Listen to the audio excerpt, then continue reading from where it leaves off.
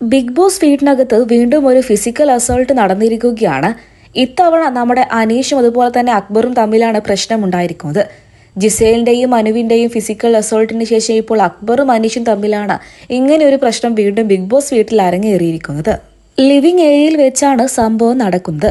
അതായത് അക്ബറും അനീഷും തമ്മിലുണ്ടായ ചെറിയൊരു വിഷയത്തിൽ ഉപദ്രവിക്കണം എന്നുള്ള ഉദ്ദേശത്തോടു കൂടി അക്ബർ നമ്മുടെ അനീഷിനെതിരെ ഒരു പില്ല എടുത്ത് എറിയുന്നുണ്ട്. അത് നമുക്ക് നമ്മുടെ ബിഗ് ബോസിന്റെ ഒരു നിയമം അനുസരിച്ച് ഫിസിക്കൽ അസോൾട്ട് ആയിട്ട് തന്നെ കണക്കാക്കാം. എന്നാൽ അനീഷ് ജസ്റ്റ് ഒന്ന് മാറിയത് കൊണ്ട് ആ പില്ലോ അനീഷിന്റെ ദേഹത്ത് തട്ടിയില്ല. അതല്ല എന്നുണ്ടെങ്കിൽ തീർച്ചയായിട്ടും ആ പില്ലോ അനീഷിന്റെ ദേഹത്ത് തന്നെ തട്ടുമായിരുന്നു. ഇപ്പോൾ ബിഗ് ബോസ് വീട്ടിലെ അനീഷിനെ പ്രതികൂലിക്കുകയും അക്ബറിനെ ന്യായീകരിക്കുകയും ചെയ്യുന്ന വ്യക്തികളൊക്കെ തന്നെ പറയുന്നത് ആ പില്ലോ അനീഷിന്റെ ദേഹത്ത് തട്ടിയില്ല എന്നുള്ള ന്യായമാണ്. സത്യം പറഞ്ഞാൽ ഇതൊരു മുടന്തൻ ന്യായം തന്നെയാണ്. അനീഷും അക്ബറും തമ്മിലുണ്ടായ പ്രശ്നത്തിനൊടുവിൽ അക്ബർ ഉപദ്രവിക്കണമെന്നുള്ള ഉദ്ദേശത്തോടെ തന്നെയാണ് അനീഷിനെതിരെ ആ പില്ലോ വളരെ ശക്തിയായി തന്നെ ഇറങ്ങിയത്. അതൊരു ഫിസിക്കൽ അസോൾട്ട് തന്നെയാണ്. എന്തായാലും ബിഗ് ബോസിലെ ലാലേട്ടൻ വരുന്ന സമയത്ത് ഈ പ്രശ്നം പുറത്തു പറയുകയും ഇതിനൊരു നടപടി ബിഗ് ബോസ് തീർച്ചയായിട്ടും സ്വീകരിക്കുകയും ചെയ്യണം എന്ന് തന്നെയാണ് പൊതുവെയുള്ള അഭിപ്രായം.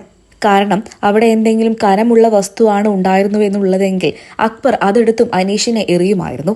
അപ്പോൾ അത് വലിയ പ്രശ്നത്തിലേക്ക് തന്നെ വരികയും ചെയ്തിരുന്നു. എന്തോ ഭാഗ്യത്തിന് അക്ബറിന്റെ കയ്യിൽ ചെറിയൊരു പില്ലോ ആണ് കിട്ടിയത്. എന്തായാലും ഇത് നിയമ നടപടികൾ സ്വീകരിക്കേണ്ട ഒരു പ്രശ്നം തന്നെയായിട്ടാണ് കണക്കാക്കേണ്ടത്.